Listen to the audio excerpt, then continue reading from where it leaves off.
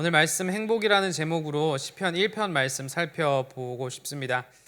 시편 1편 말씀입니다. 1절부터 6절까지 있는데요.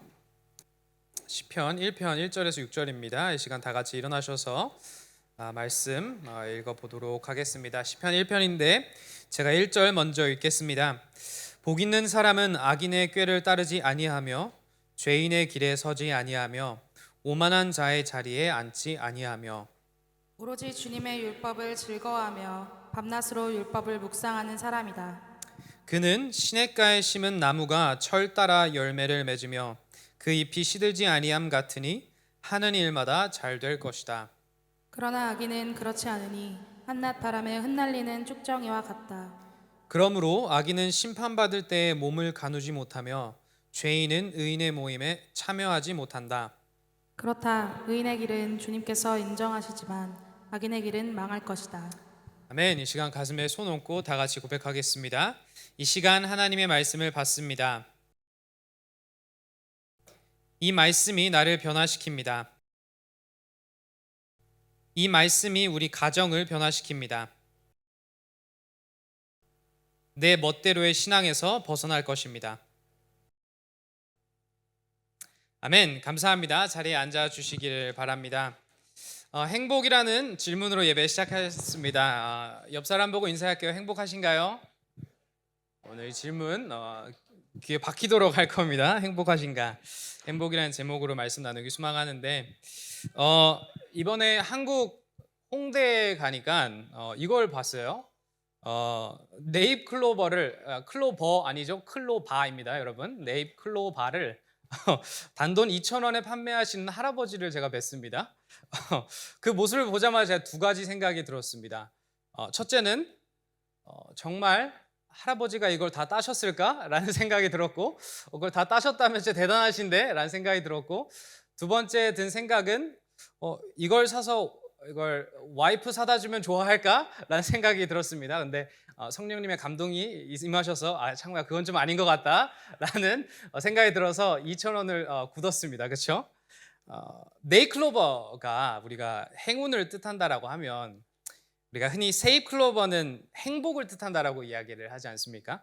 그래서 우리가 흔히 이야기하는 것이 뭐냐면 우리는 찾기 힘든 행운을 찾아 헤매느라 눈앞에 펼쳐진 행복을 놓치며 산다라고 보통 이야기를 하죠. 옆 사람 다시 여쭤볼게요. 행복하신가요? 행복하신가요? 이 클로버의 의미를 사실 떠나서 실제로 성경은 마치 우리가 새 클로버를 뽑아갈 수 있는 것처럼 우리가 행복을 얻을 수 있다라고 이야기를 합니다. 상황을 뛰어넘어 깊이 뿌리 내린 행복이 가능하다라고 이야기를 하는 것이죠. 실제로 영국의 조지 뮬러 목사님이라고 고아원을 운영하셨던 영국 브리스톨이라는 지역에서 평생 10,000명 이상의 고아들을 돌봐주시고 그런 선한 일을 하셨던 목사님입니다. 아마 저희 한국인들에게는 5만 번의 기도응답을 받은 분으로 더 잘 알려지셨을 수도 있습니다. 목사님은 이런 말을 하셨습니다. 잘 들어주세요. 내가 매일 하는 가장 중요한 업무는 주님 안에서 내 영혼이 행복해지는 것이다. 섬김이 아니다 라고 이야기를 하셨어요. 내가 하는 가장 중요한 업무는 내 영혼이 주님 안에서 행복해하는 것이다. 섬김이 아니다 라는 것이죠. 주님 안에서 행복해하는 것을 마치 우리가 해낼 수 있는 업무처럼 표현을 한다라는 것이죠. 반면 우리는 너무나 많은 경우 행복을 마치 행운처럼 어쩌다 그런 상황이 펼쳐지면 어쩌다 그런 사람들이 찾아오면 그렇게 행운을 누리듯이 행복도 누리는 것처럼 생각을 하는데 그게 아니다라는 것입니다.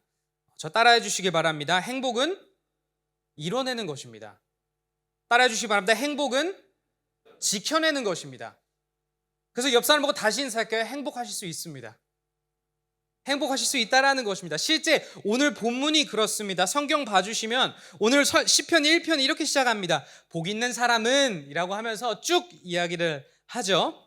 여기서 복 있는 사람이라고 할 때 복은 우리가 흔히 축복이라고 할 때 사용하는 바라크라는 단어가 아니라 축복이 아니라 행복을 사용을 할 때 사용되는 아슈레이라는 단어가 사용됐습니다. 이렇게 하면 행복하게 살 수 있다라는 것이죠. 행복에 대한 그런 지혜의 시편입니다. 따라서 오늘 말씀을 통해 주님 안에서 누려진 이 깊은 행복이 회복되기를 축복합니다. 아멘. 1절 다 같이 읽겠습니다. 시작. 복 있는 사람은 악인의 꾀를 따르지 아니하며 죄인의 길에 서지 아니하며 오만한 자의 자리에 앉지 아니하며. 아멘. 감사합니다. 우리가 무슨 일이든 처음 취직을 하면은 뭔가 일을 뭘 잘하려고 하는 것보다도 우선 사고를 안 치는 게 중요합니다. 그렇죠? 그래서 처음에 오면은 막 이게 신입생 이렇게 가르쳐 줄 때 뭐 이거 해라기보다도 이건 절대 하면 안 된다. 라는 걸 먼저 가르쳐 줍니다. 제 대학생 때 공장에서 알바했던 적이 있는데 너 포클리프트 달 때 뒤에 걸어 다니면 너 무릎 나간다. 막 이런 막 발가락 나가 막 이런 이야기를 먼저 가르쳐 주세요. 마찬가지인 거예요. 오늘 행복해지기 위해서 이것을 해야 돼라는 걸 가르쳐 주시기 전에 얘들아 이건 진짜 하면 안 된다라는 것을 먼저 가르쳐 주십니다. 성경이 있으시면 이렇게 동그라미 치시길 바랍니다. 악인의 꾀, 죄인의 길, 그리고 오만한 자의 자리, 밑줄 치시든 하이라이트를 하시든 여기서 악인, 죄인, 오만한 자는 하나님을 따르지 않는 사람들입니다. 하나님보다 자신의 생각과 소견대로 살아가는 사람들입니다. 내가 느끼고 원하는 대로 살아가면 충분히 행복하게 살 수 있겠지라는 사람들이죠. 마치 사사시대 때 하나님이 그들에게 왕이 되셨지만 사람들 생각하기엔 우리에겐 따를 왕이 없다. 그래서 각자의 소견대로 살아가겠다라고 했던 것처럼 비슷한 맥락입니다. 우리가 교회 안에서는 흔히 이런 사람들, 하나님을 따르지 않는 사람들을 보고 흔히 좀 세상이라고도 표현을 하죠. 좀 세상적이다라고 이야기를 합니다. 그래서 1절이 말하는 것은 무엇이냐? 세상의 꾀, 그들의 지식과 지혜를 배워도 세상의 길, 삶의 여정이죠. 그들의 라이프 스타일, 문화를 배워도 세상의 자리, 그들과 함께 앉아 어울려도 진짜 행복은 있다 없다? 없다는 것입니다. 그럼 여기서 물어봐야 될 게 그럼 왜 그러냐라는 거죠. 왜 그렇지? 물어봐야 합니다. 뭐 돈 많이 벌면 행복한 거 아닌가? 라는 생각이 들잖아요. 이 해답이 에베소서 2장에 나옵니다. 다 같이 읽겠습니다. 시작. 그때 여러분은 허물과 죄 가운데서 이 세상의 풍조를 따라 살고 공중의 권세를 잡은 통치자 곧 지금 불순종의 자식들 가운데서 작용하는 영을 따라 살았습니다. 아멘. 비즈니스 리더십을 두고 전 세계적으로 강연을 하시는 저자 사이먼 사이넥이라는 분이 계십니다. 그분이 Start with Why라는 책을 쓰셨는데 이 책에서 본질적으로 인간은 what and how, 무엇을 어떻게라는 질문보다 왜라는 질문이 더 중요하다고 합니다. Why, 왜 그것을 하느냐, 너의 마음 가운데 있는 왜는 어디서 왔느냐라는 질문을 던져야 된다고 합니다. 그래서 사람은 아무리 쉬운 일이어도 왜가 없으면 안 한다라고 이야기를 하죠.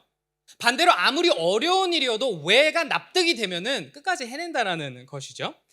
이 에베소서 말씀은 우리 마음 가운데 있는 영적인 실체를 드러내주는 구절인데 구원받기 전에 우리들의 모습 그리고 지금도 우리 안에 남아있는 죄성에 대한 모습입니다. 자세히 보시면 허물과 죄 가운데 있고 세상의 풍조를 따라 산다고 합니다. 여기서 공중의 권세를 잡은 통치자가 있다라고 하는데 이 통치자는 지금도 불순종의 자식들 가운데서 즉 세상 속에서 작용하는 영이라고 이야기합니다. 성경 있으시면 동그라미 작용하는 영 밑줄 치시면 되는 거예요. 여기서 작용하다라는 것은 그 안에서 일을 한다, 영향력을 끼친다라는 말입니다. 그럼 여기서 주일학교 질문이죠. 이 영은 누구일까요? 사탄. 박수. 감사합니다. 뭐 대충 그러겠죠. 딱 봐도 그냥 뭔가 그러겠지 하잖아요, 그죠? 사탄이에요. 감사합니다. 세상 속에 죄인들의 마음 속에 누가 일을 하고 있느냐? 그들의 왜라는 질문엔 내가 왜 이 사람 말을 듣고 왜 이 일을 행하고 왜 이들과 어울리냐라는 그 왜라는 질문에 가장 큰 영향력은 누구냐? 사탄이라는 것입니다. 여기 에덴 동산 이야기 아시면 손 들어 주시길 바랍니다. 에덴 동산 혹시 아시는 분 혹시나 모르실까 봐 그러면 저기 옆으로 보내셔야 되거든요. 저 옆에 아담 전도사님이 에덴 동산에 대해서 막 해주실 텐데 에덴 동산 이야기가 있습니다. 질문입니다. 누가 먼저 선악과를 따먹었나요? 하와가 따먹었습니다. 그죠? 그럼 제 질문을 할게요. 그럼 하와는 왜 선악과를 따먹었나요? 뱀한테 속아서? 라고 보통 이야기를 해요. 그렇죠? 그럼 질문을 좀 바꿔볼게요. 선악과를 따먹기로 한 것은 하와의 주체적인 결정이었나요? 결정이 아니었나요? 선택이었습니다. 결정이었습니다. 하와가 하고 싶어서 한 일입니다. 그런데 더 큰 질문이 무엇이냐? 그 결정 뒤에 있는 배후가 누구이냐? 그 결정 뒤에 영향력을 끼친 사람이 누구냐? 그 영향이 누구이냐? 사탄이라는 것입니다. 실제로 우리가 사람들 심리학 쪽에 양떼 효과, herding effect라는 것이 있습니다. 이게 양떼처럼 우리가 집단에 뒤처지지 않으려고 무리를 어쩔 수 없이 막 따라가는 그런 현상입니다. 이게 수많은 실험들로 이제 검증이 된 그런 본능인데, 이렇게 실험을 보면은 바람잡이들이 이렇게 막 4-5명 있습니다. 그럼 누가 봐도 뻔한 질문을 막 던져요. 예를 들어서 뭐 1 더하기 1은 2잖아요. 그죠? 1 더하기 1은 2인데 바람잡이들이 한 명씩 1 더하기 1은 뭐죠? 그러면 엄청 엄숙하게 귀요미입니다. 그러면 이게 뭐 당황하지 필요. 예? 두 번째 사람도 1 더하기 1은 귀요미죠. 예. 세 번째도 귀요미예요, 귀요미. 네 번째도 귀요미입니다. 다섯 번째 피실험자가 1 더하기 1은 무엇이죠? 뭐라고 대답할까요? 귀요미? 이렇게 대답을 하게 된다는 것입니다. 그 집단에 따라서 영향과 압박을 못 이겨내서 사람들은 그냥 단순하게 생각해도 어처구니 없는 대답을 하게 된다는 것입니다. 영향을 받는다는 것이죠. 실제로 수많은 유대인들을 학살했던 나치 정권에 일을 했던 사람들도 나중에 물어보니, 왜 그랬냐 물어보니, 우리는 그냥 집단을 따라 살았다.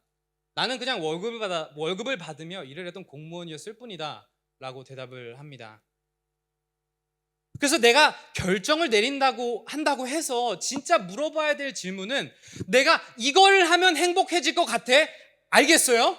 내가 이 차를 사면 진짜 행복할 것 같아? 알겠어요? 내가 저 직업을 하고 저 취직을 하면 진짜 행복할 것 같아? 알겠어요. 근데 그 마음의 배우는 누구냐고요? 그 왜는 어디서 왔냐? 더 중요한 질문이다라는 것입니다. 그 질문을 성경은 계속 건드립니다. 그 불편한 질문을 계속 성경은 물어봅니다. 오늘 이야기하기를 악인의 꾀에 따르지 말아라, 죄인의 길에 서지 말아라, 오만한 자의 자리에 앉지 말아라. 우리가 어린아이들에게도 가르치는 것은 아무리 이상한 사람이 아무리 아이스크림을 사다 줘도 이상한 사람을 쫓아가지 말라라고 이야기하죠. Don't follow the white van 이렇게 얘기합니다. 하얀 트럭 쫓아가지 말라고 이야기를 하죠. 이 1절, 이건 절대 하면 안 된다. 하나님이 저희에게 주신 말은 사탄 따라가지 말아라. 아무리 화려해 보여도 거기에 진짜 행복은 없다. 진짜 자유와 행복은 없다라는 것입니다. 그럼 제가 여러분들에게 다시 한번 여쭤보고 싶습니다. 여러분들 내면에는 지금 무엇이 작용하고 계신가요? 무엇을 쫓고 계신가요? 왜라는 질문을 던지고 계신가요? 이 시간 사탄에게 속아, 혹은 우리 마음가운데 죄성에 속아 헛된 행복 쫓지 않는 우리 모두 되기를 소망합니다. 아멘. 2절입니다. 다 같이 읽겠습니다. 시작. 오로지 주님의 율법을 즐거워하며 밤낮으로 율법을 묵상하는 사람이다. 아멘. 자, 여러분들 표정이 너무 안 좋아요. 그래서 한번 웃어주세요. 자, 너무 아주 주눅 들겠어요, 그죠? 자, 이제 행복한 얘기 할게요, 그죠? 자, 2절. 그러면 행복한 사람 누구일까? 주님의 율법을 즐거워하는 사람입니다. 율법은 히브리어로 토라인데 그냥 하나님의 말씀이라고 생각을 하면 됩니다. 하나님의 말씀을 즐거워해야 된다라고 이야기를 하죠. 이 즐거워한다는 진심으로만 깊숙이 만족하고 깊숙이 즐거워하는 겁니다. 너무 좋다라는 거예요. 그래서 옆 사람 보고 인사할게요. 말씀을 즐거워합시다. 근데 여러분, 이게 직접 내가 말로 하고 나니까 이게 이상하지 않아요? 뭐 말씀을 즐거워해라? 좀 이상하잖아요. 뭘 어떻게 즐거워하지? 라는 거죠. 제가 지난 설교 몇 번 때 매운 것을 먹지 못한다는 사실을 몇 번 이야기를 했다가 교회 공공의 적이 되어버렸습니다. 멜번에 난다긴다 하는 모든 맵찔이들이 저를 견제하고 저를 마치 자신들의 기준을 삼아서 내가 그래도 창호전도사님보단 낫다라는 멸시를 겪으며 제가 요즘 좁은 길을 걸어가고 있습니다. 이게 참, 그죠? 뭐만 하면 이제는 막 매운 음식, 떡볶이 같은 거 나와도 괜히 막 눈치 보게 된다니까요, 그죠? 저보고 백날, 전도사님, 불닭볶음면 즐거워하세요 라고 이야기를 해도 전 즐거워하지 못합니다. 그렇죠? 즐거움은 마음에서 우러러 나와야 되는 거 아닌가요? 뭐 억지로 어떻게 즐거워합니까? 그죠? 좀 알려주세요. 그죠? 어떻게 말씀을 즐거워하지? 지금부터 잘 집중하세요. 지금부터 구약과 신약을 오고 가며 이 부분에 있어서 들여다볼 건데 잘 집중해 주시기를 바랍니다. 먼저 예레미야 31장 31절입니다. 소현준 사람 계속 마이크 들고 있으세요. 계속 읽을 거예요. 자, 다 같이 31절 시작. 그때가 오면 내가 이스라엘 가문과 유다 가문에 새 언약을 세우겠다. 나 주의 말이다. 자, 하나님이 이스라엘 백성들을 향해 회복을 약속하시는 말씀인데 무엇을 세우겠다고 이야기하시나요? 새 언약. 다 같이 따라해보세요. 새 언약. 새 언약을 맺으시겠다라고 이야기합니다. 그 바로 다음 구절의 이야기를 다 같이 시작. 이것은 내가 그들의 조상의 손을 붙잡고 이집트 땅에서 데리고 나오던 때에 세운 언약과는 다른 것이다. 내가 그들의 남편이 되었어도 그들은 나의 언약을 깨뜨려 버렸다. 나 주의 말이다. 그러니까 새로운 언약이라는 거예요. 새롭다는 것은 그 전에 또 다른 언약이 있었다는 것입니다. 그 또 다른 언약은 어디에 있었느냐? 이집트 땅에서 조상들의 손을 붙잡고 왔을 때 그때 언약을 맺었다라는 거예요. 근데 시간이 지나면서 이제 이 언약이 깨져버렸으니 새로운 언약을 하겠다라고 이야기를 하시는 겁니다. 그럼 이 옛날 언약은 어떤 언약일까? 출애굽기 다 같이 읽겠습니다. 시작. 그리고 그가 언약의 책을 들고 백성에게 낭독하니 그들은 주님께서 명하신 모든 말씀을 받들어 지키겠다고 말하였다. 모세는 피를 가져다가 백성에게 뿌리며 말하였다. 보십시오. 이것은 주님께서 이 모든 말씀을 따라 당신들에게 세우신 언약의 피입니다. 아멘. 이집트에서 노예살이하다가 이 사람들이 막 찡찡대 너무 힘들어요 주님. 하나님 그들의 마음을 들으셨어요. 홍해를 갈라서 회복하셨습니다. 광야로 데리고 나가셨어요. 근데 이 사람들이 이제 수만 명이 모인 사람들, 그러니까 10만 명이 넘는 사람들이니까 나라를 이루어야 되잖아요. 질서가 세워져야 되지 않습니까? 그래서 하나님이 얘네들이 행복하게 살려면 질서가 필요하고 구조가 필요한데 내가 얘네들한테 법을 줘야겠다라고 해서 모세를 데리고 시내산으로 갑니다. 그래서 그들에게 무엇을 주시죠? 십계명을 주시죠. 십계명을 주시면서 그들과 언약을 맺습니다. 오늘 이야기하길 이 언약의 책을 모세를 중재자로 세우시고 모세가 백성들에게 언약의 책을 낭독합니다. 그리고 돌판에 십계명을 새겨주면서 주시죠. 그들은 이야기합니다. 명하신 모든 말씀 받들어 지키겠습니다. 그러고 나서 모세가 숫송아지죠. 희생제물을 죽여서 그 피를 뿌리기 시작합니다. 피 비린내가 막 나기 시작을 하겠죠. 그 냄새를 기억하며 그 피를 기억하며 그 희생을 기억하며 이 언약이 얼마나 중요한지 기억하라는 것입니다. 깨지지 않는 언약이다. 언약 관계를 맺게 되는 것입니다. 근데 오늘 32절에 이 언약이 어떻게 되었다라고 이야기하죠? 그들이 이 언약을 어떻게 하였나요? 깨트려 버렸습니다. 내가 그들의 남편이 되었다라고 이야기합니다. 많은 신들과 우상들이 있지만 내가 너의 하나님이야. 너희는 나의 백성이야. 이 특별한 관계야, 언약 관계야. 그런데 이들이 하나님을 저버리고 마치 오늘 1절처럼 악인의 꾀를 따르고 죄인의 길을 걷고 오만한 자의 자리에 앉으면서 세상을 쫓아가고 다른 신들을 쫓아가기 시작을 했다는 겁니다. 그래서 그들을 보고 하나님이 어떻게 반응을 하셨을까?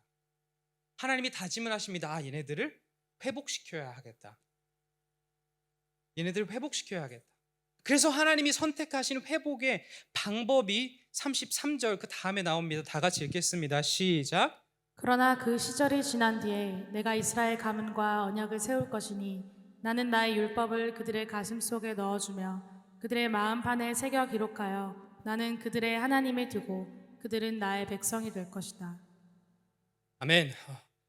나의 말씀대로 살아야 얘네가 가장 행복할 텐데 내가 얘네들을 만들었고 내가 얘네들을 가장 사랑하고 내가 얘네들을 가장 잘 아는데 얘네들이 내가 준 이 십계명대로 살아야 값진 행복을 누리며 살아갈 텐데 그래서 그 율법을 돌판에 새겨서 줬는데 무엇이 문제예요? 얘네들이 듣지를 않는다는 거예요.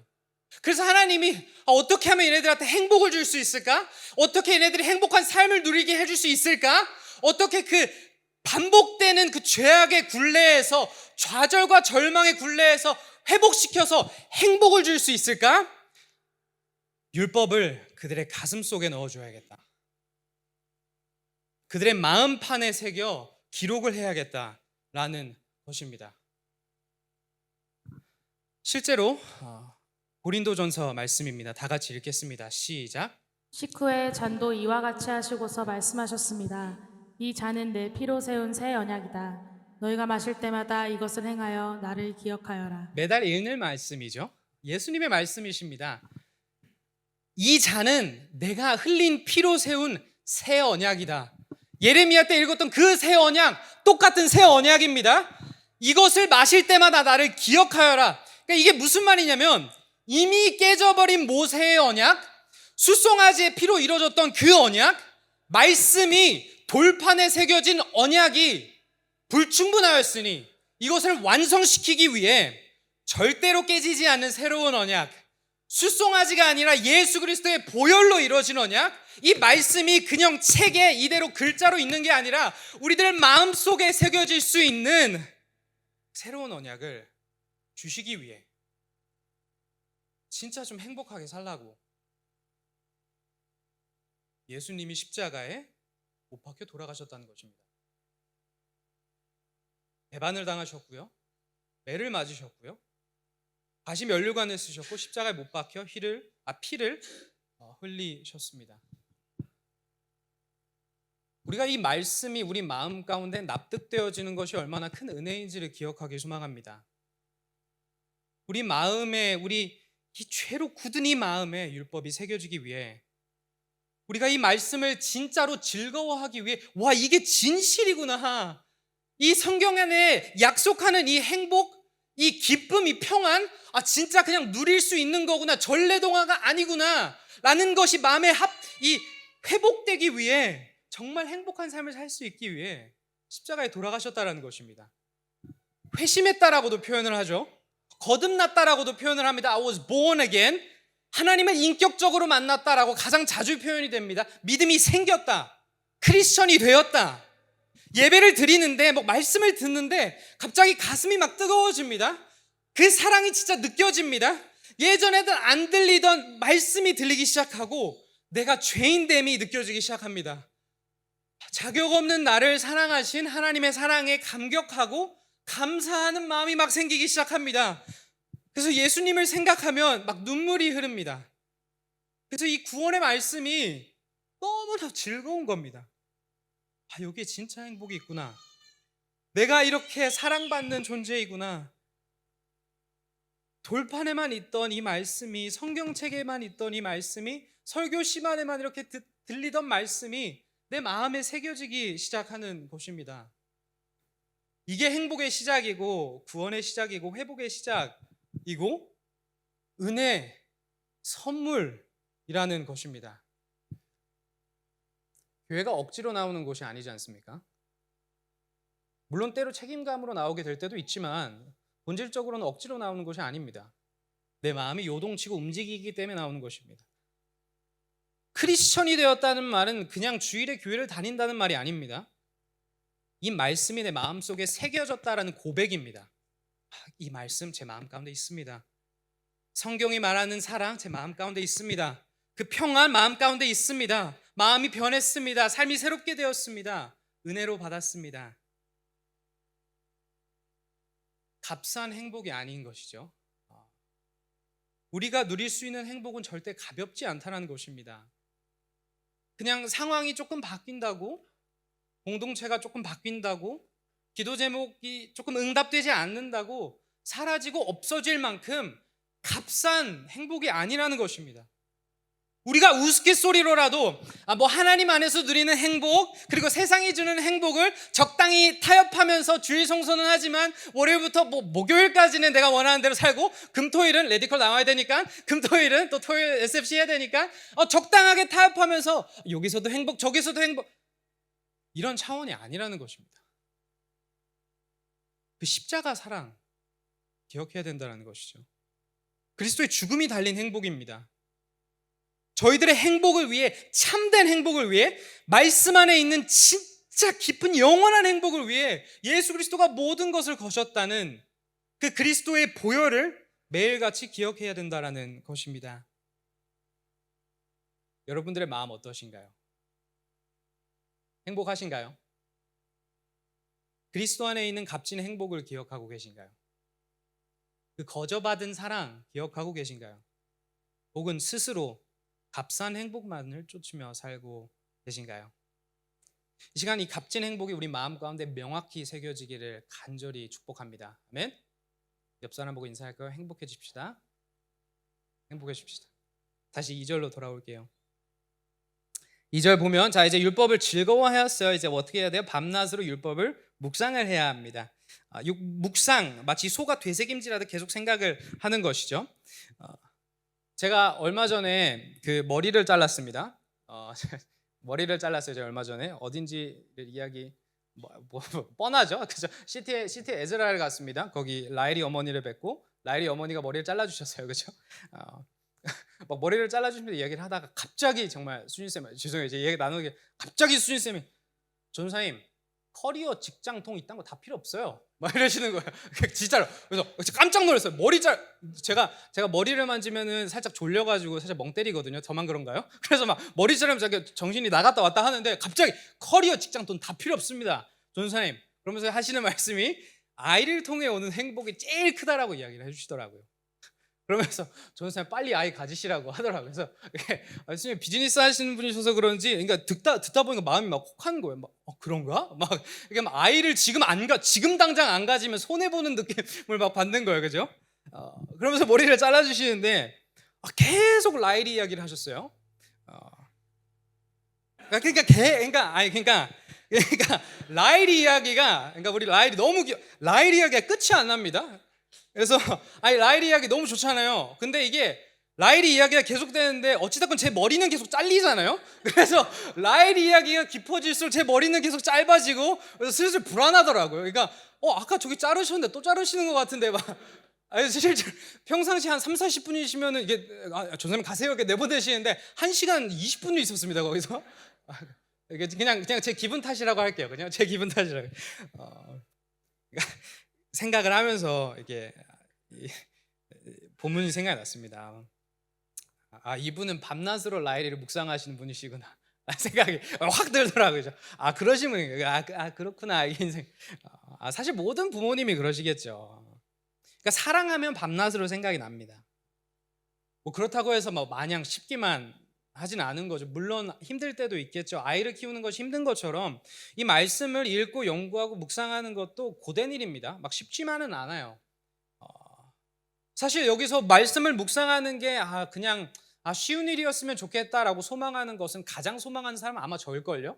제가 이거 말씀 준비하고 묵상하고 막 할 때마다 막 흰머리 더 나는 것 같고 막 제 설교 한 번 설교하려고 계속 갈아엎습니다. 그래서 여러분 나중에 과제 해보신 분들은 알 텐데 나중에 이걸 쓰다가 마음에 안 들면 새로 갈아엎잖아요. 그러면은 진짜 마지막이다 라고 타이틀 문서하고 그런데 또 새로 해가지고 이게 진짜 마지막이다 라고 또 새로 하고 그러다가 나중에는 빈정상에서 제목도 안 넣어요. 그냥 untitled 그냥 제목 없음 4번 이렇게.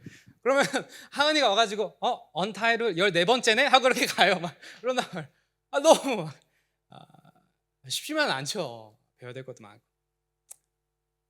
그런데도 불구하고 그것을 훨씬 뛰어넘는 행복이 있다는 거죠. 훨씬 뛰어넘는 깊은 기쁨이 있다는 거죠. 그냥 이 말씀이 구약을 살펴보아도 신약을 살펴보아도 예수님이 나옵니다. 오늘 시편 말씀 아닌가요? 예레미야에서도 예수님 말씀, 마태복음, 마가복음 예수님, 계시록을 가도 예수님. 어디를 살펴보아도 예수님이 드러나고 예수님을 생각하게 됩니다. 십자가가 생각이 납니다. 그 사랑이 기억납니다. 이 말씀이 죄 안에 굳은 내 마음에 새겨지기 위해 그리스도가 직접 흘리신 그 보혈이 생각이 납니다. 지금도 죄성 가운데 있는 내 마음을 덮어주시는 그리스도의 보혈이 생각이 나고 묵상을 합니다. 그래서 오늘도 말씀을 피고 묵상을 합니다. 다시 한번 여쭤보겠습니다. 여러분들 행복하신가요? 묵상하고 계신가요? 이 시간 그리스도의 보혈을 기억하시고 즐거워하시기를 간절히 축복합니다. 아멘. 옆 사람 보고 인사할게요. 예수님 안에 참된 행복이 있습니다. 딴 데 아니에요. 3, 4절 다 같이 읽겠습니다. 시작. 그는 시냇가에 심은 나무가 철 따라 열매를 맺으며 그 입 시들이 아니함 같으니 하는 일마다 잘 될 것이다. 그러나 악인은 그렇지 않으니 한낮 바람에 흩날리는 쭉정이와 같다. 네, 감사합니다. 새로운 섹션에 들어왔어요. 3, 4절. 행복한 사람의 삶의 모습과 그렇지 않은 사람의 모습, 악인의 모습을 이제 비교하면서 대조하면서 보여줍니다. 먼저 행복한 사람의 모습입니다. 시냇가에 심은 나무와도 같다라고 이야기합니다. 물이 계속해서 흐르는 곳에 깊이 뿌리를 박은 나무이죠. 여기서 그럼 읽어보기를 뭐 하는 일마다 잘 된다라고 하는데 그럼 뭐 예수 믿으면 하는 일마다 잘 된다는 건가요? 그런 말 아니에요. 또 뭐 이야기하기를 뭐 하는 일마다 잘 되니까 당연히 행복하겠죠. 그런 말도 아닙니다. 하는 일마다 잘 된다라고 하지만 그 전에 보면 동시에 이 행복한 사람, 이 시냇가에 심은 나무는 철 따라 열매를 맺는다고 이야기해요. 어떻게 열매를 맺는다고요? 철 따라. 매 순간 열매를 맺는 게 아니라는 것입니다. 봄, 여름, 가을, 겨울 그 시즌에 맞게 열매를 맺는 것이라는 거죠. 전도서 말씀 다 같이 읽겠습니다. 3장 시작. 모든 일에는 다 때가 있다. 세상에서 일어나는 일마다 알맞은 때가 있다. 태어날 때가 있고 죽을 때가 있다. 심을 때가 있고 뽑을 때가 있다. 이 세상에서 가장 지혜로웠던 솔로몬 왕이 세상을 이렇게 두루두루 살펴보고 내렸던 진단입니다. 이 세상의 모든 일에는 다 때가 있구나. 그러니까 일어나는 일마다 알맞은 때가 있는 거구나.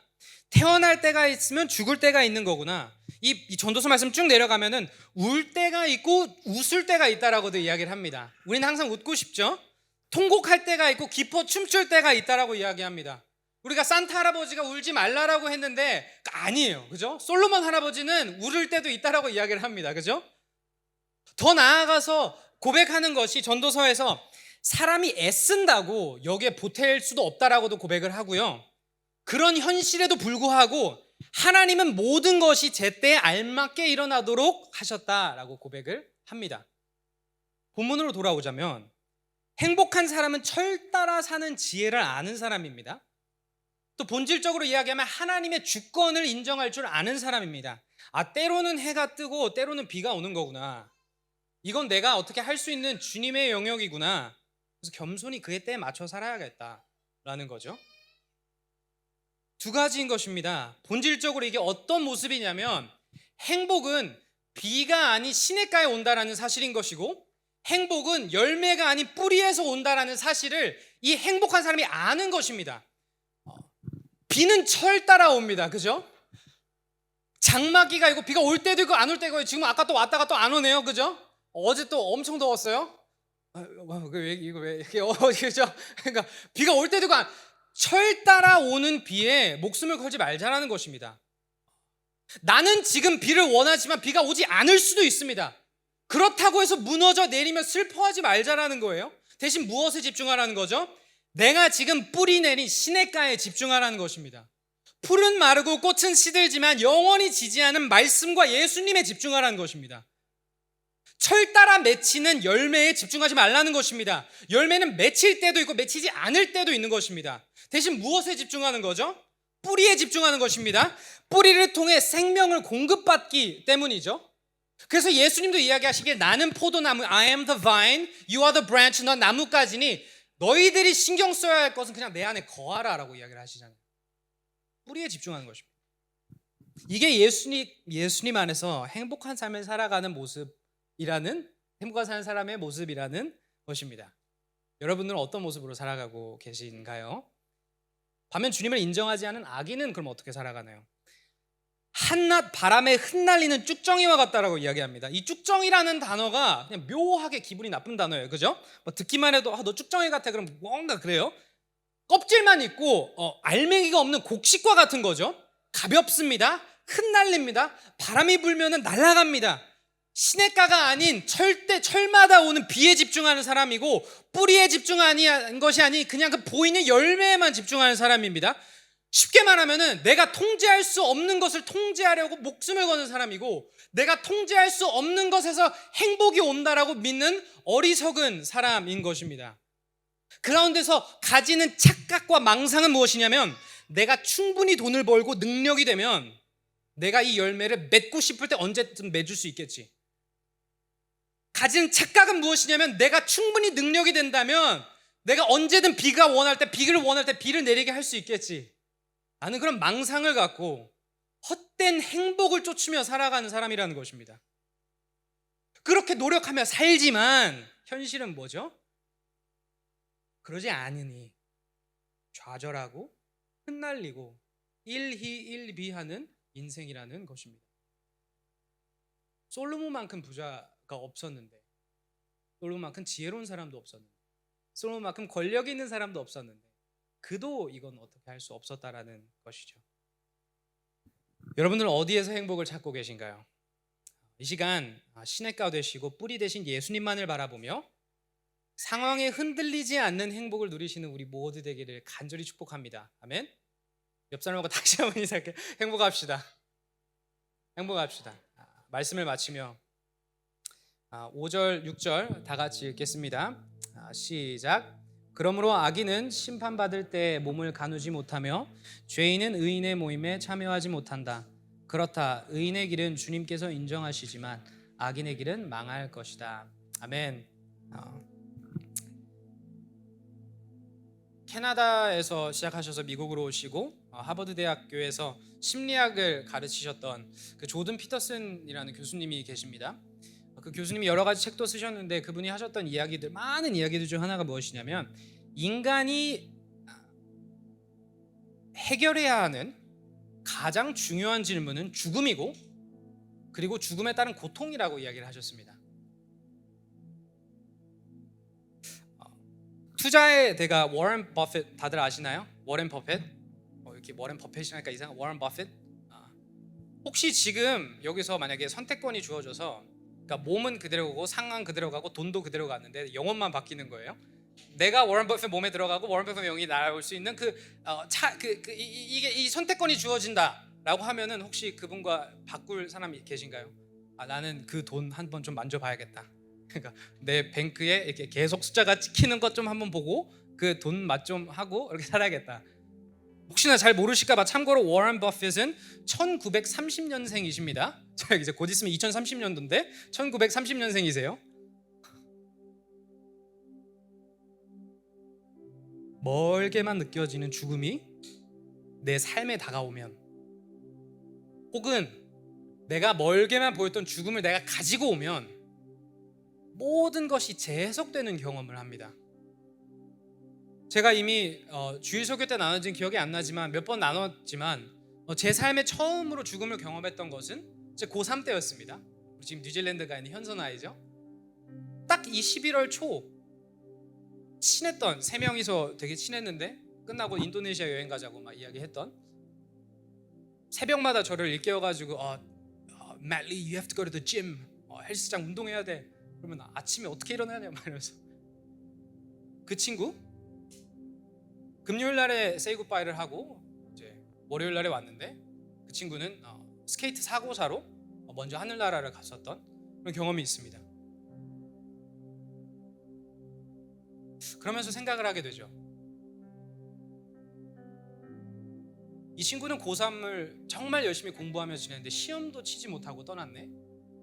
나는 멀게만 느껴졌던 죽음이 진짜 내 앞에 다가오니까, 내 친구에게 다가오니까 시야가 바뀝니다. 그때부터 세상을 그 전에 있었던 대로 바라볼 수가 없습니다.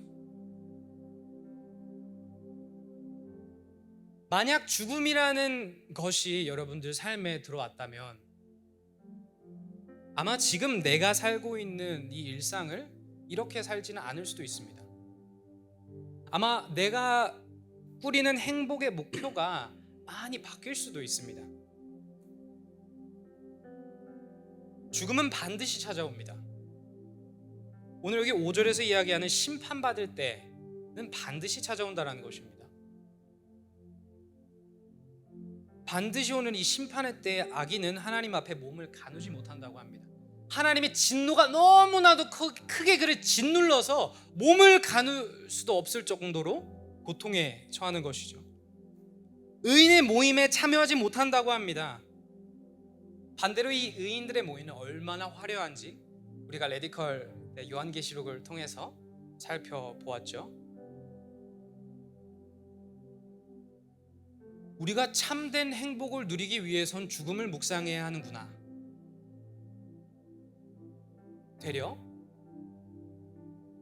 우리가 누릴 수 있는 가장 큰 행복은 되려 우리가 죽음을 지나 그 의인의 모임에 참여할 때, 예수 그리스도의 품 안에 안길 때 진짜 누려지는구나 라는 것을 깨달으셔야 한다는 것이죠. 의인은 죽었을 때 주님이 인정을 해주십니다. 의인은 심판을 받을 때 하나님이 인정을 해주시며 칭찬해 주실 것이라는 것입니다. 죄와 사망이 있고 지금도 사탄이 작용하는 이 고장난 이 세상을 떠나 그리스도의 보혈로 완벽히 새롭게 된, 죽음도 고통도 고난도 외로움도 없는 그 세상으로 이 땅에선 우리가 맛볼 수도 없었던 훨씬 큰 행복이 저희를 기다리고 있다라는 것입니다. 열심히 살다가 죽음을 맞이했을 때 내가 사랑하는 예수님 품 안에 눈을 다시 뜨는 것이 저희들에게 가장 큰 행복 아닌가요? 그래서 사도 바울도 모든 편지에 교회들을 격려하고 싶어서 격려하고자 쓰는 모든 편지에 죽음을 기억해라, 그 심판을 기억해. 왜냐하면 우리가 죽을 때, 우리가 그 심판을 받을 때 우리에게 있는 것은 천국 아니냐, 그리스도의 보혈로 우리에게 주어지는 것은 축복 아니냐, 완전한 평안이 기다리고 있지 않냐, 완전한 행복이 너희를 기다리고 있지 않냐. 그것을 보고 조금만 참자, 끝까지 경주 달려가자 라는 것이죠. 무엇을 소망으로 두고 계신가요? 행복이 지금 나한테 있는 것이 아니라 미래를 가면 소망 아닌가요? 그 소망이 내 현실에 다가오면 행복이 되는 것이고, 무엇을 소망으로 두고 계신가요? 이 시간 그리스도 안에서만 누릴 수 있는 그 천국의 소망을 다시 한번 품기를, 묵상하기를 소망합니다. 아멘. 그렇다면 우리는 어떻게 하면 이 인정받은 의인의 길을 걸을 수 있을까? 지금부터 열심히 의인처럼 살면 되나? 로마서 5장 18절입니다. 다 같이 읽겠습니다. 시작. 흔히 한 사람의 범죄 행위 때문에 모든 사람이 유죄 판결을 받았는데 이제는 한 사람의 의로운 행위 때문에 모든 사람이 의롭다는 인정을 받아서 생명을 얻게 되었습니다. 아담에 대한 이야기입니다. 에덴 동산 이야기죠. 아담의 범죄 행위 때문에 모든 사람이 유죄 판결을 받았는데 이제는 예수님의 의로운 행위 때문에 모든 사람이 의롭다는 인정을 받아서 생명을 얻게 되었습니다. 예수 그리스도를 믿고 삶의 구주로 인정하고 받아들이는 모든 사람들에게 참된 행복이 지어졌다라는 것이죠. 우리는 서로를 바라보기를 아직 죄성이 보이고 죄인으로 바라보지만 하나님은 우리를 바라보시기를 예수님을 통해 보시기 때문에 예수님이 완벽하고 의로우신 것처럼 우리를 완벽하고 의로운 성도들로 봐주신다라는 것입니다. 이미 보장된 행복이고 이미 약속된 구원이고 생명이라는 것입니다.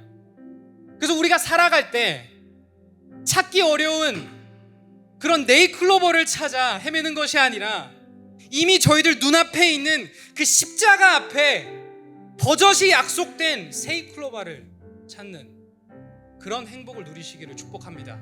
아멘. 조지 뮬러 목사님은 매일같이 내가 어떻게 이 수많은 이 수많은 고아들을 사랑해 주실까 고민하시기 전에 고아된 나를 먼저 사랑해 주신 예수 그리스도의 사랑을 먼저 묵상했습니다. 그 사랑을 먼저 받았습니다. 그 사랑 안에 즐거워했습니다. 행복을 받은 것이죠. 내 십자가를 지고 사명의 자리로 나아가기 전에 예수 그리스도의 사명의 자리였던 십자가 앞으로 나와 그 은혜를 받았습니다. 행복하신가요? 이 시간 십자가로 나와 그 행복을 받아가시기를 간절히 축복합니다. 아멘. 아멘. 이 시간 찬양하겠습니다.